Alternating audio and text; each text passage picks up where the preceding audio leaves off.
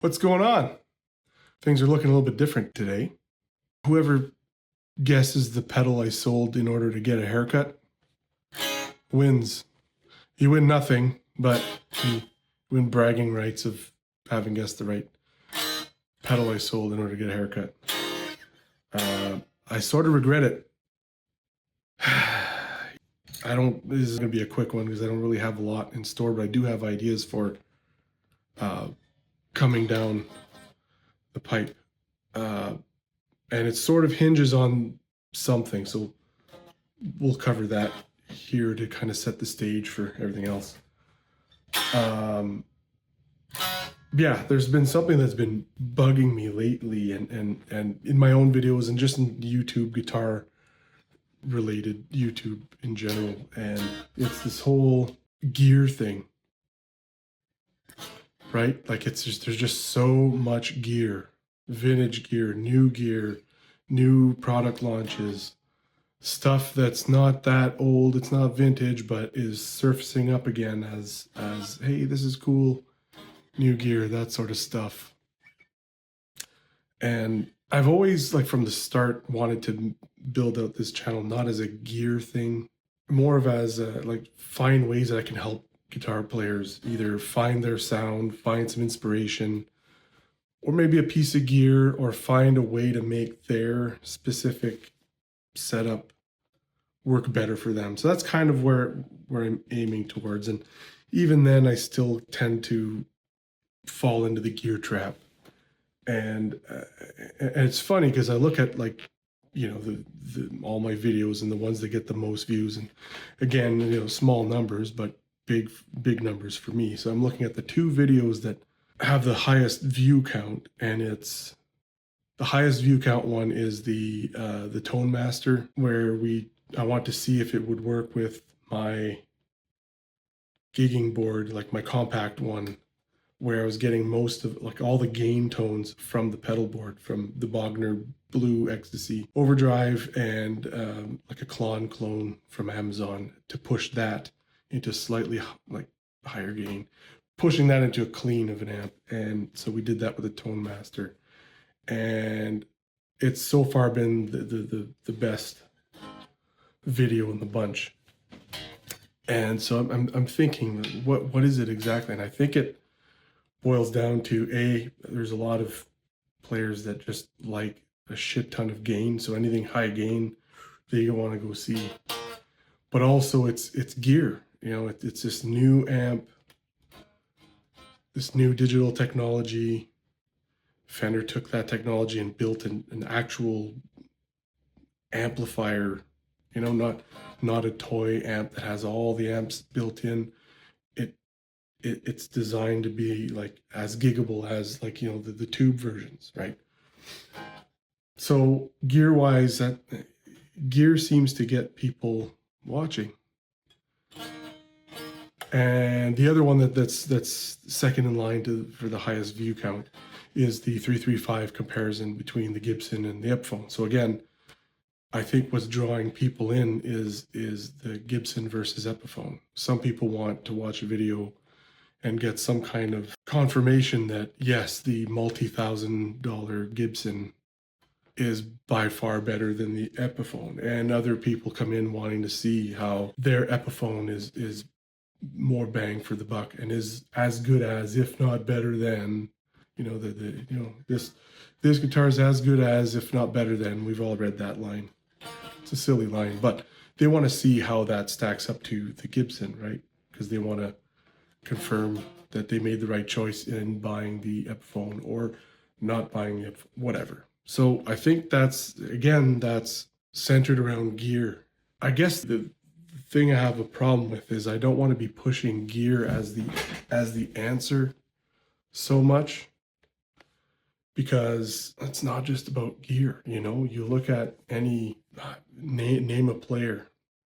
Like, I opened up this video with, you know, and we'll talk about this guitar in a sec, but opened up with the Pantera riff that I probably botched to shit, but regardless, right? You say Dimebag Darrell, right? He had a sound cultivated in his skills and his fingers and his ear, the way he would tune stuff, set his amps and all this stuff. He didn't need a Dean ML or a Washburn dime or a signature this or signature that or $20,000 custom shop thing, or he didn't need any of that. He would have been just fine. He would have sounded like himself with an Ibanez or a Jackson or a Gibson Explorer with, routed out with a Floyd, anything with like a dual locking trem like this, right, would do the trick. He would still sound like him. And I could play Dimebag's rig 100% from pick to guitar to cable to pedals to amp to cab to the same room, maybe even the same mics in the same studio, and I would sound like me. I wouldn't really sound like Dimebag, right? So I guess the part that gets to me is if people want to spend a lot of money on gear to get certain sounds or to sound like that guy or that girl or this, whatever. You don't really cultivate your own sound unless you practice and play, and it doesn't matter what you have. You don't need $10,000 plus custom shop. You don't need a vintage instrument that costs as much as a house. You just need a guitar that you like and feel inspired with, and you just play and practice and find your own way around the fretboard. Learn licks and then try to tweak it your way, whatever you need to do. But we get centered, and I do it too. We get so focused on the gear, and we want, okay, now I need that piece of gear. I need this piece of gear. Oh, things have changed, let's say in the band, and now I need to change my rig for this or that. And there's a time and place for all that. But at the same time, there's also a point where we're wasting time and money when we could be, spend your money on picks and strings, wear out your strings and wear out your frets. Playing, practicing, and then when your frets are shot, then make the call. Do you buy a new guitar or do you get it refretted, right? But if you'd rather just spend the money and buy more guitars, that's fun too. But I think the best way to sound better, to get better tones, is to fine-tune your hands, your ear, your skills, We're all at a certain point where we've delved into the gear craze and have stunted our growth as a player because of it. I mean, if I had spent all these years just playing and practicing and learning and growing as a player and not so much even caring about gear, I'd be a better player right now. But right now I'm whatever I am, which is average or above average, below average. Fuck, I don't know. Depends who you ask. But so this is the part that bugs me is with this channel is there's going to be some gear related stuff. I'm going to try to make it as non-gear down your throat as humanly possible, which I think I've done so far. Like, yeah, there's gear, and I've talked about pedals and stuff, but I'm not like for example, right now, for the opening thing, I was running through the Bogner with on the blue channel with the boost, and I was throwing a plumes in front just to give it an extra little edge and tighten the low end a bit. I mean, the plumes, I think I got that used for like $99, right? Can you get it's basically a modified tube screamer. Could you get a $40 tube screamer clone off Amazon? Yeah. Would it do the same? Well, on my other board that I use through the Fender, I'm using a Mosky Silver Horse, which is a clone, and I think I got for like $35. Can you spend $500 on a boutique pedal that does the same thing, only marginally better? Yeah. So you got to kind of pick your battles when it's time to geek out over gear and when it's time to just focus on making these things work better. So it bugs me with my channel that I'm gonna be stuck doing that. I can't do lessons. I can't show you modes or riffs or licks. I'm not a terrible player, but I'm also not like a studio ace or an instructor or anything like that. So like, there's a lot of that on YouTube that you can get some really awesome people showing you stuff. So I'm not going to throw my hat in that. So I'm kind of not stuck, but I'm in a space where I'm trying to find ways that I can make videos that helps anybody on their tone quest, their guitar quest, whatever that is, your journeys, in a way that maybe you could learn how to do some stuff like teching, like setups, wiring, different stuff, or even not teach you how to do it, but just show you that it is doable with new gear, with gear you may have, with all sorts of stuff. Or maybe I could find things where it's like, hey, you know, you can, if you want this, maybe you look into that instead for the same result for way less money. I'm gonna kind of try and do that, but that's a thing that's been just in the back of my mind, is that we tend to, we're all guilty of it. We all tend to focus on the gear and tend to forget that, you know, you could have a legit 59 Les Paul standard worth $500,000. You can have that plugged into a board made by the most highly regarded pedal board builder with all the best pedals into some kind of boutique amp that's made custom for you by Reinhold Bogner or Dave Friedman or, you know, whatever, Two Rock, Magnatone. There's so, you know, a really expensive boutique amp made custom for you, 59 Les Paul, a pedal board made for you with the best pedals by the best board builder, and it's not going to make you better. And so I guess that's where I'm at, and I want to try and navigate that in a way where I can, you know, maybe steer people in the right direction, whether it is gear or practice or whatever. You know, how to set up your guitar so that it sounds better or whatever. We'll try to figure that out. But that brings us to this. So a little bit of a story time. I grew up on, like, I was born and raised pretty much in a guitar case, an acoustic case. And I would sit there and watch my dad, my uncles playing guitar. And it's stuck with me my whole life. I can't get away from it. This to me, it's like breathing. You know, yeah, I make pickups and stuff, but that's, my passion isn't selling and making money. My passion is just guitar and great tone.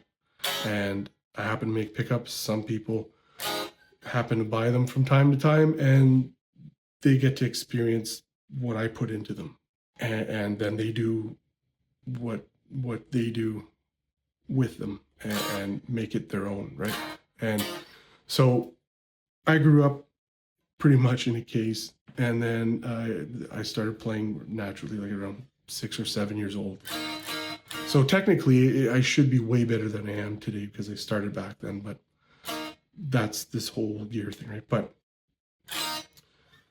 you hit an age where all of a sudden, you know, you don't really like dad's music anymore. And so you wanted, you hear, so the first band I heard at a friend's house was Metallica, Megadeth, you know, all that metal, because he had an older sister and she was in, so it was like the, let's say, late 80s and early 90s when all that was coming out. You know, what else did they listen to? Skid Row, Poison, Extreme, Guns N' Roses, all that stuff. And when I heard Metallica, I had never heard anything like it. And then that's how I eventually discovered Alice in Chains and stuff. But of course, my acoustics, I had the black Takamine that I have pulled up on a previous video. That I had that, and I had the other guitar that I also had on this video, the one that I had sanded down and painted this weird reddish maroon color and fucked it up. But I didn't have that buzzy sound, right? So I didn't have an electric, and I had a buddy in grade school who had two older brothers. One was a couple years older, and then the oldest one was a couple years older still. So we were in grade school, and his oldest brother was in high school. So we grew up in a small town where you could walk from one end of the town to the other in about 25 minutes walking by foot, right? And I remember one day he asked me, he said, "Hey, what are you doing after school?" I'm like, "Well, I'm going home. Want to come by my place and play my brother's guitar?" So, of course, yeah. And I had never really played, like, had time with an electric, really. So we went to his house. His house was like, we left our school. His house was kind of like over here, and my house was like over here. And it's like, this is like a 5-minute walk tops kind of thing. So stop by his place first. And we get down there to his brother's room, and his brother is walking from the high school. So we've got about a half hour of, play a riff, and then here you go, and you're passing it back and forth. And so we walk in, and he had this exact model, probably the same year, because I remember it just being Ibanez and nothing else being written here. But it was this color. So this is I believe it's jewel blue. So it's an RG, it's a 1993 RG 470 JB for jewel blue. And, the double locking trem system with the whammy bar and all that. Super thin neck. Like, it's ridiculous. And does it sound great? Nah, not really. But this was the coolest thing. This was it. And this kind of started the whole gear thing, because now I started looking in, like, getting magazines and looking through and seeing these pointy strats, right? And I grew up around acoustics and Fender Strat and Fender Tele. That was it. This was like a Strat, but super pointy and more my speed, more my style. So we'd go there, we play it, and so his brother had this guitar, pretty much, and a Marshall combo, and I don't know which one it was. I don't know if it was a tube or solid state. I don't know if it had one 12-inch speaker or the two 12s, but that's what he had, and he had a couple pedals. One was a turbo overdrive, Boss turbo overdrive. The yellow one, and had a knob that was just like a 2-position switch from regular overdrive to turbo overdrive. So I think it sort of did like either the super overdrive or the regular Boss overdrive, and then you turn it up and you get essentially more gain. So kind of like the DS1 with it, kind of, but with a different voicing. It was actually better than the DS1 that I ended up getting down the road. But he had that, and I think he had like a flanger or a chorus, all Boss, because that was all that existed at the time for what you can access in the stores up north in Ontario here. And there wasn't a lot of boutique stuff either, really. Probably none by then. Early 90s, mid 90s.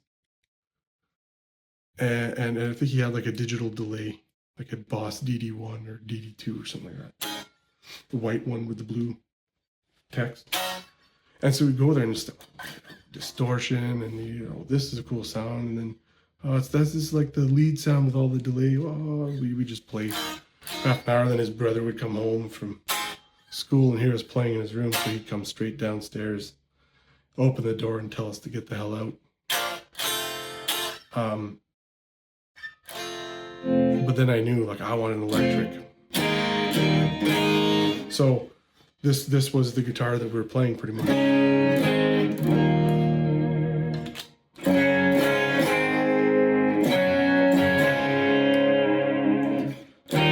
And super thin neck. Like so I picked this up. I saw it on Kijiji for cheap, a couple $100, because it's pretty beat up. It's got some paint chips and stuff. It doesn't look that bad on camera, actually, but there's some shit all over it. And I had to have it because it's such a nostalgic thing, right? It's part of my beginnings on electrics. So this is the first electric I really had time to play on and to explore and experience, and with the gear, right? And then eventually I ended up getting my own electric. My parents bought me an electric, and I still have it, and it's right here. And it's this. Now it's been updated and upgraded and maintained and stuff. So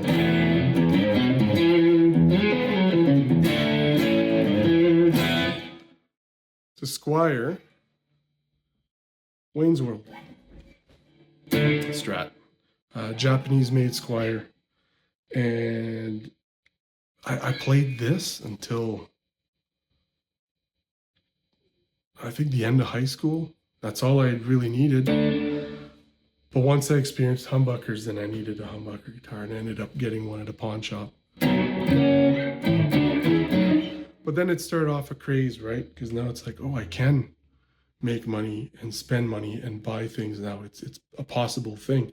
So then you start on that slope of buying this, buying that, and they're like, ooh, I want this. So then you sell these two things, but keep that one, sell that, buy that, and it snowballs and snowballs. And through that, I did find my voice on guitar and my preference, right? So I'm not the biggest Strat guy, but I like having them because if I'm, recording music, like for my own personal enjoyment, I like having Strats to layer that on.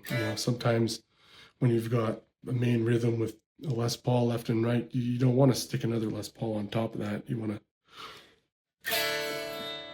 So since then, I've, the tuners were shot on it after a while, so I've upgraded those to vintage Godos, right, to make it look more like, an old Strat, right? The pickups were ceramic, and I didn't really like the sound, and I started winding pickups. Eventually, I replaced the whole pick guard, the pots, the switch, and the pickups on this, so I still have the original packed away. But I still think sometimes if I would have spent less time looking at the stuff I didn't have and getting better on the stuff I did have, I'd be a better player today. So it's something to think about, and it's something that I don't want to push gear on anybody watching this if it ever gets to a point where a lot of people start watching this too. It's not all about gear. So use the stuff you have, be happy with the stuff you have. And if there's a new pedal that comes out, really think hard about, do you have a pedal that sort of does the same thing? And maybe you don't need that new one because maybe the one you already have does it. There are times you get that better pedal, and you try it and you want to like it, but it just doesn't sound as good as the cheaper ones. Like I have one pedal on my bigger board. It's the Electro Harmonix Soul Food Klon style overdrive, and I've been foolishly trying to find one that sounded better than it. I tried several overdrives and just to get something nicer and fancier on the board to look at while I step on it. But I would always go back to the Soul Food because the Soul Food just sounded better. So had I spent all that time and energy on just ignoring the other pedal and playing, writing, coming up with stuff, fooling around on the fretboard, that kind of thing, or even maybe taking that time to say, hey, I'm going to play Strats exclusively for a chunk of time to get better at the whole Strat thing, to get more comfortable at the whole Strat thing, or whatever, right? That would have been time better spent, really. It's not to say that the whole pedal chase and buying one, trying it, and then returning it or selling it and going through like several overdrives to try and replace the cheap one. It's not to say that it wasn't fun, but in the end, I ended up right back where I started. So I guess that's the point. So that is the message for this one. Don't jump on impulse so much. think about maybe what can you do to become a better player than just getting more gear. But sometimes getting gear is fun, and a little bit of retail therapy feels nice. So I'm not going to knock it either, but I just want people to think more about that. And you know, maybe you'll choose the non-gear route 1 every 4 times, and that's perfect, right? That just try. That's all I'm saying. I'm going to try it too, because I'm guilty of it too. Like, I'm not telling you from a higher position than you looking down. I'm telling you from right down in the pit of bad choices, right next to you. That's what we should do, is focus less on gear and more on becoming better at this stuff. And that doesn't mean like peeling all over and shredding. It's just because a million notes an hour, a million notes a minute, it's impressive for about 2 minutes, and after that you're like, I'd rather hear someone play 3 notes, but you feel every note, every bend, every vibrato. I'd rather that than impressive speed with 1,000 notes, right? So that's the video there. I don't know if I have any other things I can mention. Oh, band stuff. Tonight we are jamming with a potential singer for Crash Carter, which may become a different name entity thing. But we're doing that. We had a raccoon crawl down our chimney, and it was in the fireplace, a wood fireplace, and it was stuck there for a while. And then it stopped chirping after a couple nights, and we thought, oh, great, it died. And how long until it starts to smell? Have to go in there and pull out a dead body and whatever. Ended up being able to check with my phone, this phone right here, check to see if it was, put it on video camera and take a video, and then swipe inside. So there's a flap that you open up where the smoke can go through. So I had to go around there to check all around to see if it was, something dead. There was nothing there. So we dodged a really stinky bullet there. Don't let your friends get haircuts. They might regret it. And yeah, I guess that's about it, man. I noticed Tom got a Durango Hellcat, and it's nice. And it's funny because I was telling my son the other day, I picked him up from school. I was telling him we saw a Ford Mustang, the 5.0 liter engine in it, and it passed by. And my son said, "Oh, that's a nice car." And I said, "You know what, buddy? Our truck has the same kind of engine as in that car. So we have a Mustang motor in the truck." And he said, "Yeah, but that car's not rusty like your truck, Dad."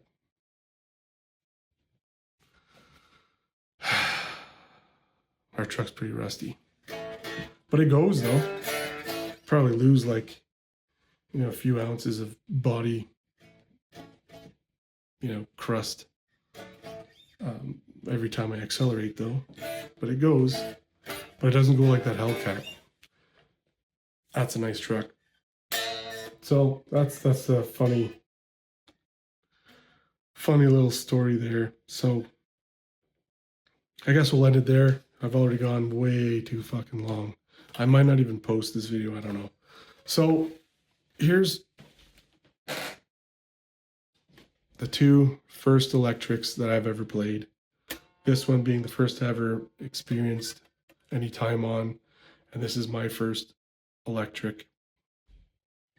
And now I'm into the Les Pauls, and I have been for a number of years now. But it's time to focus less on gear maybe for 2025 and more on developing these guys. Join me on that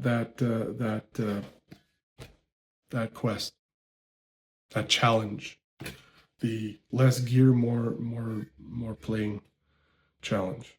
Let's do that for 2025. And I'm going to try and bring more content that helps in some way get more out of the gear you already have. We'll try.